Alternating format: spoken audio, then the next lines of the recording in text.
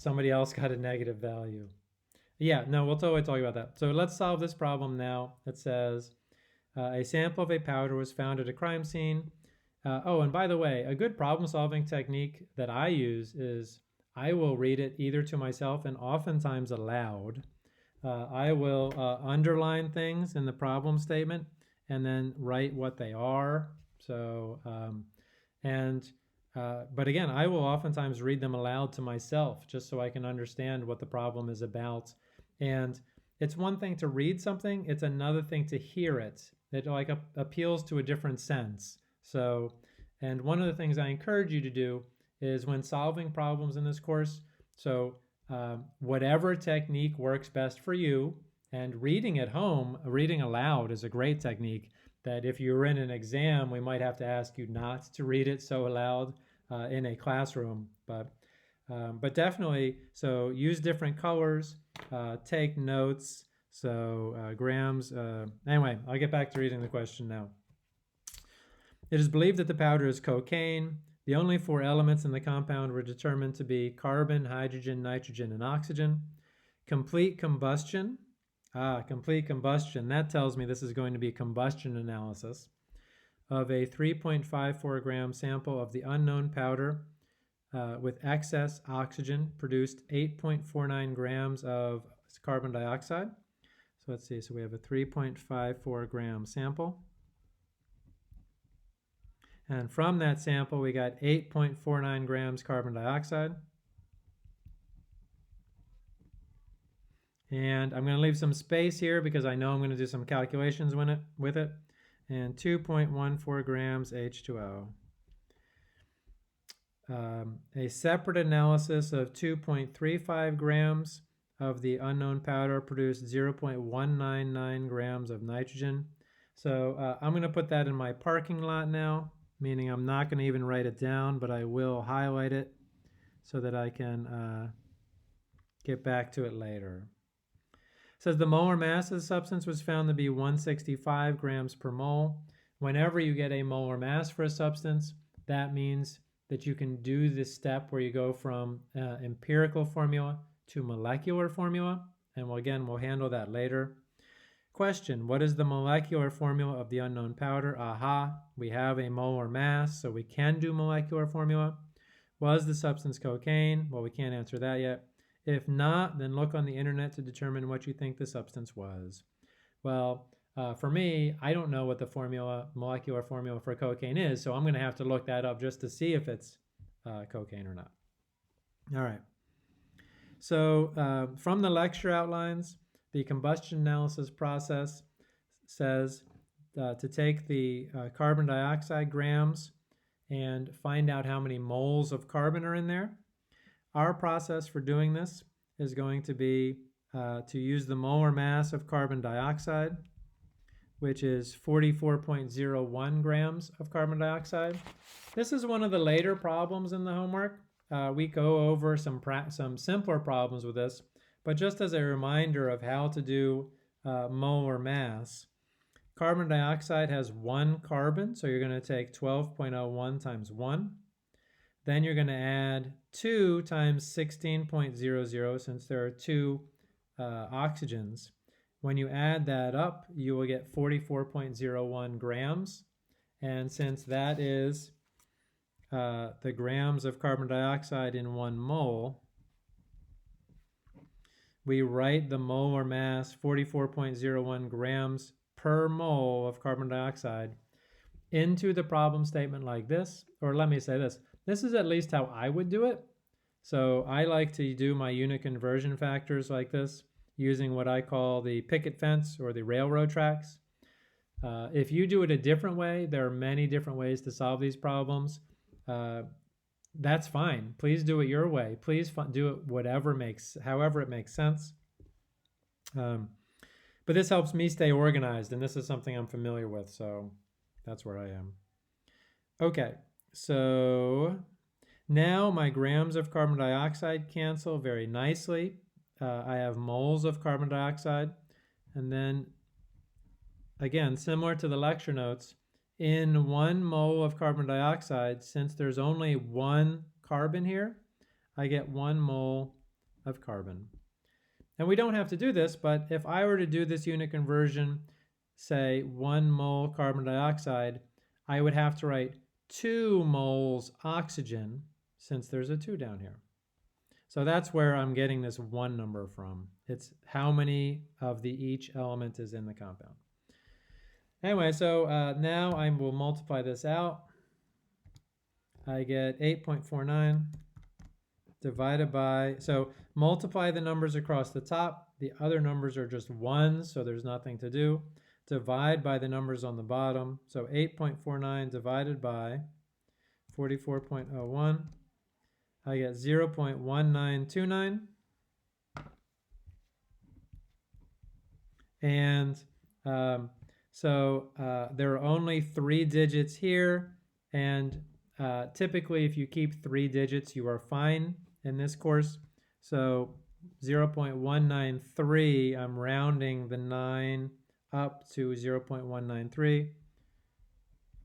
Those are moles of carbon. I also need grams of carbon for this type of problem. So one way to do that is to turn moles of carbon into grams of carbon using the molar mass. Again, the molar mass just for carbon is going to be 12.01 from the periodic table. Always useful to have a periodic table around when doing your homework. And that says that there are 12.01 grams of carbon per 1 mole carbon. And then I'll write my grams over here. So whenever I plug into a calculator, I always go back to the exact number I'm plugging in. Had you used the 0.1929 blah, blah, blah, blah, blah on your calculator, that would have been fine too. But for a sense of consistency, I always do it this way. I get 2.32 grams of carbon. Okay. Any questions about anything I've got up there so far? It's a long problem, so. If not, I'll keep going. Now we know the moles of carbon and the grams of carbon. Now we'll do a similar process for grams of H2O. The molar mass of H2O is 18.02 grams H2O per 1 mole. And this time, in 1 mole of H2O, there are 2 moles of hydrogen. So I'm going to put this 2 up top. Now multiply all the numbers across the top, divide by the numbers that are on the bottom. Here's what that looks like. So 2.14. I don't know, you can do it. Sometimes I just like to go left to right. So I'm going to divide by 18.02 and then multiply times 2. And I get 0.238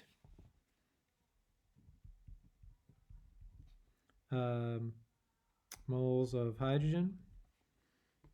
And then I will also convert that into grams.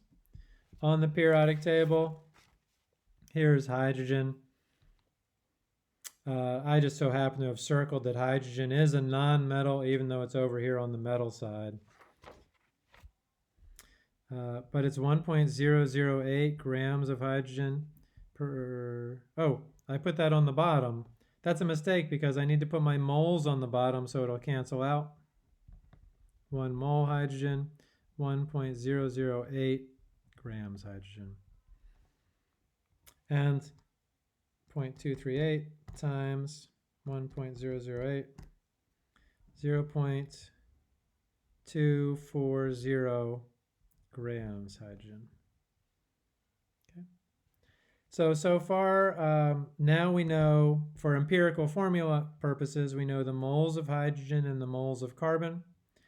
There are 4 elements in this. And before we can find the oxygen by subtraction, we have to deal with the nitrogen now. So in order to do that, Now I know that I have a 2.35 gram sample.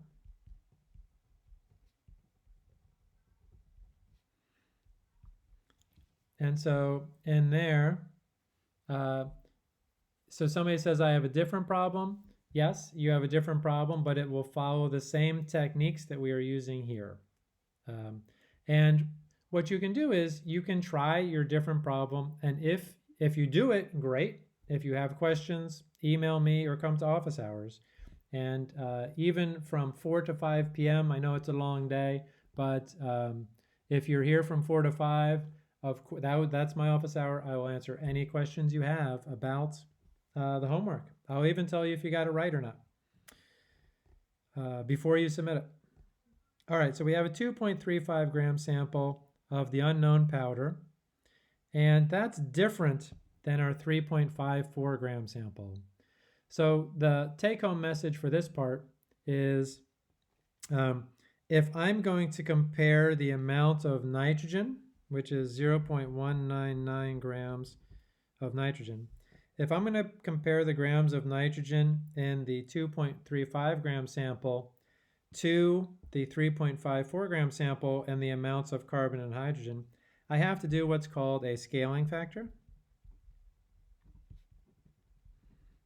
And this may be something like an added wrinkle that was not covered on the lecture outlines, but the scaling factor says that if there are 0.199 grams of nitrogen per 2.35 grams sample, and we want to do a comparison to a 3.54 gram sample, then we have to use a scaling factor or a set of ratios to solve for the grams of nitrogen in the 3.54 gram sample. So it's like our grams of nitrogen inside the 3.54 gram sample is our X. And then to solve for that, we have to cross multiply.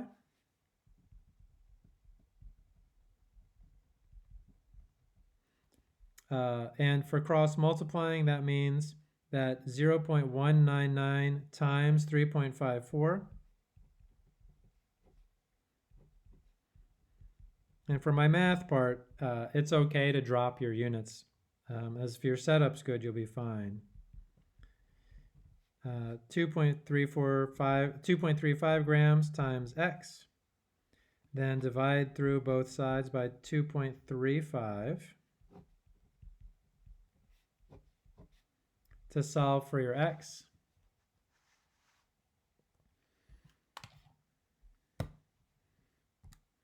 And so 0.199 times 3.54 divided by 2.35 is 0.29977 or 0.300 rounded.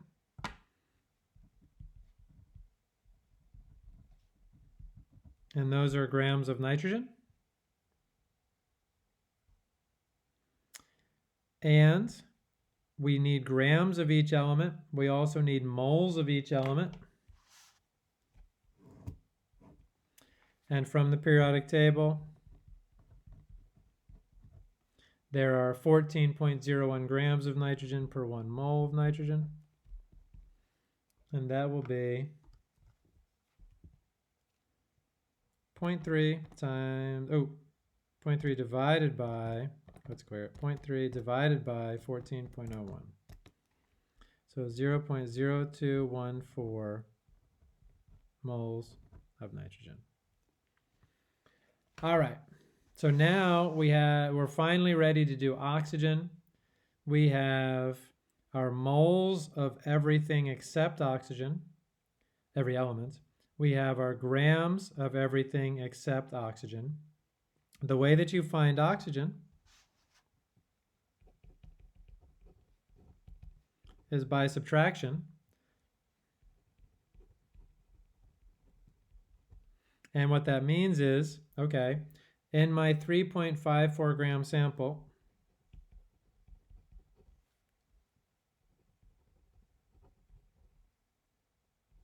we're going to subtract off the grams of carbon. And that's just a squiggle, a mistake there. Sorry about that. 2.32 grams carbon. We're going to subtract off our grams of hydrogen, 0.240 grams hydrogen. And then we're going to subtract off our grams of nitrogen. And whatever is left over is going to be our oxygen. So let's see what we get here. For this particular one, it's going to be 3.54 minus 2.32 minus 0.240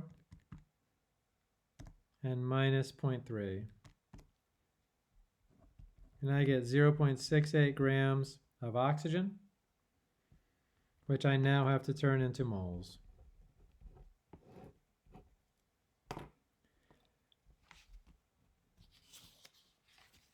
Oxygen is 16.00 grams per 1 mole from the periodic table. I have the number already entered in the calculator, so now divide by 16. 0.0425 moles oxygen. Now, what I imagine is from the comments that when you did this subtraction, you actually got 0 grams of oxygen or a negative number, and that negative number typically would be something like negative 0.0002 grams or something really, really small. And if that's the case, what's happening is any number that's very, very close to 0 means that there is 0 oxygen in your compound. So it is not possible to have a negative number. It is typically, if there's any oxygen, it will be at least 0.2 or 0.3 grams. But this number is negative because of rounding, because we only use 3 sig figs in our problem, and so maybe we have a fourth, 0.0002 or something. Yes, comment, I got minus 0.001. That is a rounding error, and it really means there's no oxygen. And the other way you can tell that if you ever get this problem, say on an exam, is that for an exam, if you try and plug this number, either positive or negative, into the formula, your formula will be something like C99H256, which couldn't possibly work with your molar mass. So now, anyway, and so that is another clue that your oxygen is really 0. What if the separate analysis was not given? If the separate analysis was not given, then how will you find N? I would have to see the problem, but if you have no separate analysis, you may have no nitrogen, or some of the problems may have the nitrogen if it could be on the same size sample. It could just say complete combustion of a sample has some carbon dioxide, some H2O, and some nitrogen. And if that's the case, then you don't have to do the scaling factor part. You can jump straight to down here using the grams and turning them into nitrogen, moles of nitrogen. Yeah, so somebody in the chat typed in that they had a problem that just says 0.08 grams of nitrogen, of N2. Good question. So what you can imagine is you can do a similar analysis for nitrogen. And I'm going to turn this over for just a second. So in the chat, it says there are 0.0800 grams of nitrogen.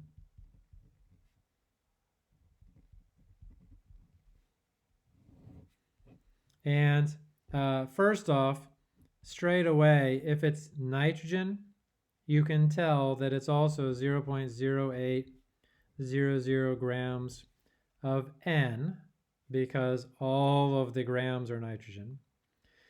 But if you were doing a unit conversion, you could say, well, let's turn these grams into moles for N2, it's 28.02 grams of nitrogen per 1 mole of nitrogen. And then inside nitrogen, for every 1 mole of nitrogen, there's 2 moles of just plain N. And then you'll get your moles of N. And I'll do this out for you. 0.08 divided by 28.02 times 2. And then I like numbers.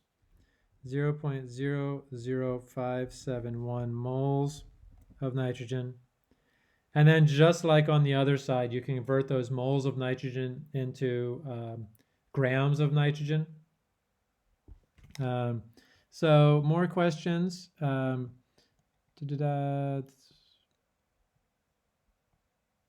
followed the same format but got a negative value. A negative value for what would be my question? I see. And there isn't an amount for the excess O as well.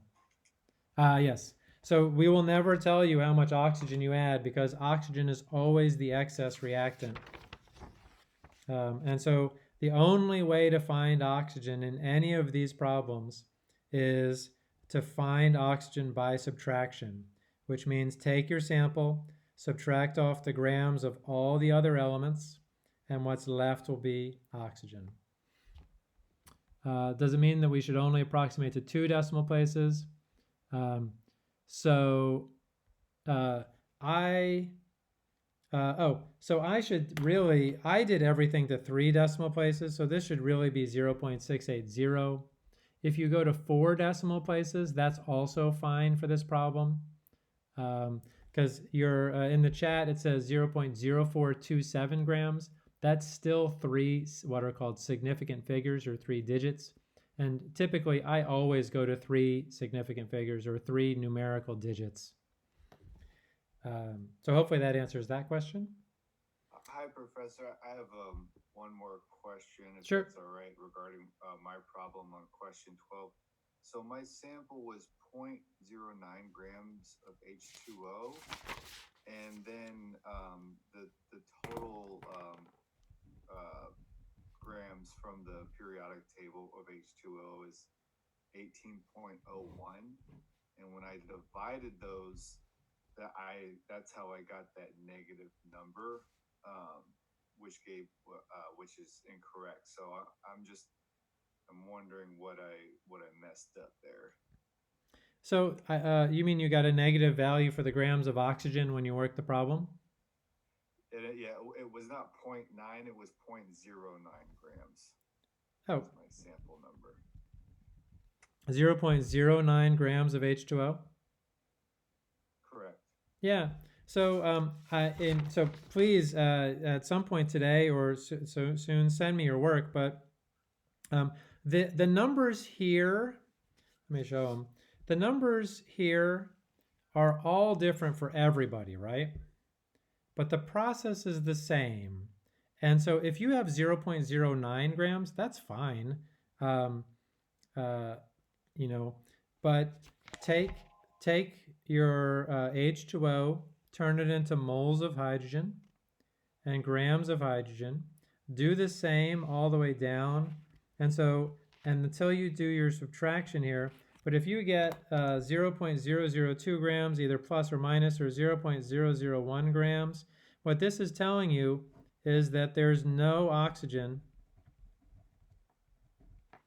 in your compound. So, which is, there are 4 possible elements, but not all of them are in each of the questions. So, I don't know if that answers your question, but so if you get 0 grams or something very close to 0, then there's no oxygen. And let me tell you how to deal with that too. So I'm sort of running out of space, so I'm going to do it on this other page here. Let me see, am I going to do it? No, I'm not going to do it on that page. I'm going to do it on the back of this page. Okay. So to get back in touch with the problem we were working on, we now know that we have, let's see, 0.193 grams of carbon, or sorry, moles of carbon. So C sub 0.193, H 0.238, N 0.0214, and O 0.0425. And again, this is not my final answer at all, but it helps me organize things, and it helps me to see that my smallest number of moles is 0.0214. So I'm going to divide all of these by my smallest number of moles, and hopefully I will get whole numbers out of this, or half numbers potentially. When I do this math, so certainly my nitrogen is just going to be 1. My oxygen, I mean, you can do them in any order. 0.0425 divided by 0.0214 is 1.985 or 1.99. I'll write 1.99, but I know that's going to be 2 because we always round to the closest whole number. H is going to be 0.238 divided by 0.0214, which is 11.12, and C 0.193 divided by 0.0214, 9.02. Did I do everything right? Well, so here's my process now. This looks like 2, so let's do C9, H11, N1O2. When the number is like 1.99, that's great because that's very close to 2, so that's good. My 1 is very good. My 9 is very good, but my hydrogen, 11.12, I'm a little concerned that that's not closer to 11. It could be right, but I'm going to go back and check my answers here. And when I go back and check my answers, it looks like everything is done correctly. So here's my final answer, C9, H11, N1O2, and that is my empirical formula. I know that, let's say this. My next step is to find the molar mass of my empirical formula.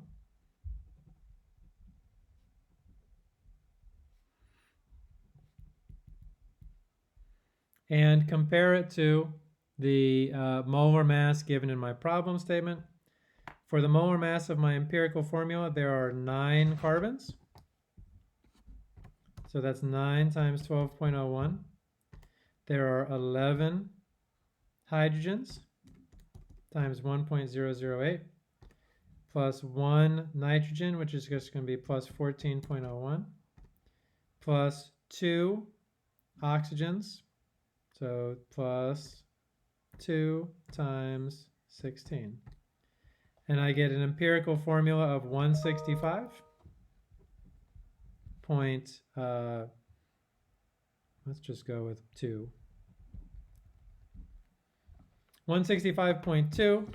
Now if I go back to my original problem, I can see that my molar mass is 165 grams per mole. It's listed right there. When the empirical formula molar mass and the molecular formula molar mass are the same, what that tells me is that my empirical formula is my molecular formula. And so my molecular formula is C9H11N1O2. And that's it. So I guess so always go back and read the question. It says, what is the molecular formula done Was the substance cocaine? I don't know that yet. I have to go to the internet to determine. And when you do, typically type in just without subscripts C9H11 N1 or just N. You don't need the 1. O2 and see what compound comes up for the names. And one of these questions, I think there's like 40 of these in this problem set. One of these is cocaine, the other 39 are not. So chances are your unknown powder at your crime scene is not cocaine, but somebody out there, it will turn out to be.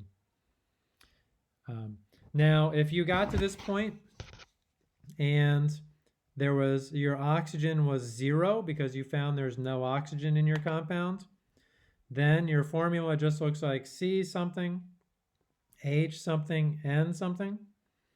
And then probably nitrogen will be your smallest number of moles. Be careful because this is 0.02 and this is 0.19. So nitrogen is definitely the smallest number, but there's a lot of zeros and a lot of numbers in general in this problem, so it's easy to make a mistake. Anyway, it's a very long problem, I know, but it uses everything that we've learned up to this point in Chem 1010. So hopefully it makes it worthwhile to put it all together. Question, why do we solve for grams after finding moles? I'll try and answer that. So we got to the empirical formula.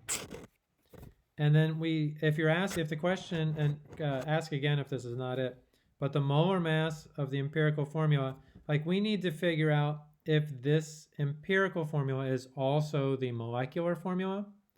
Let's say in the problem statement, instead of the substance was found to, molar mass was found to be 165, let's say it was found to be, double that, so 330.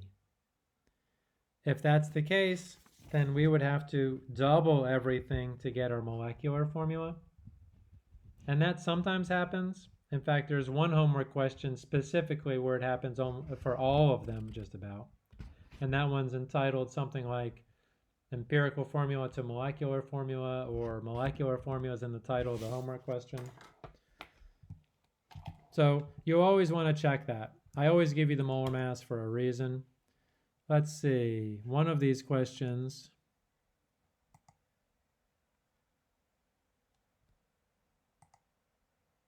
Molecular formula pool, percents. I would guess that in this particular one, most, if not all of them, let's see if I can do this. There we go. Most, if not all of them, have you do that thing where you find where the empirical formula and the molecular formula are different. And it's true, you could just find the molecular formula for this problem, but that's up to you. Anyway, I don't know if that answers your question, but that was my attempt. Let's see. Hopefully that answered your question. If not, please ask again. That is the end of this problem. Your record, will this be available? Because I'm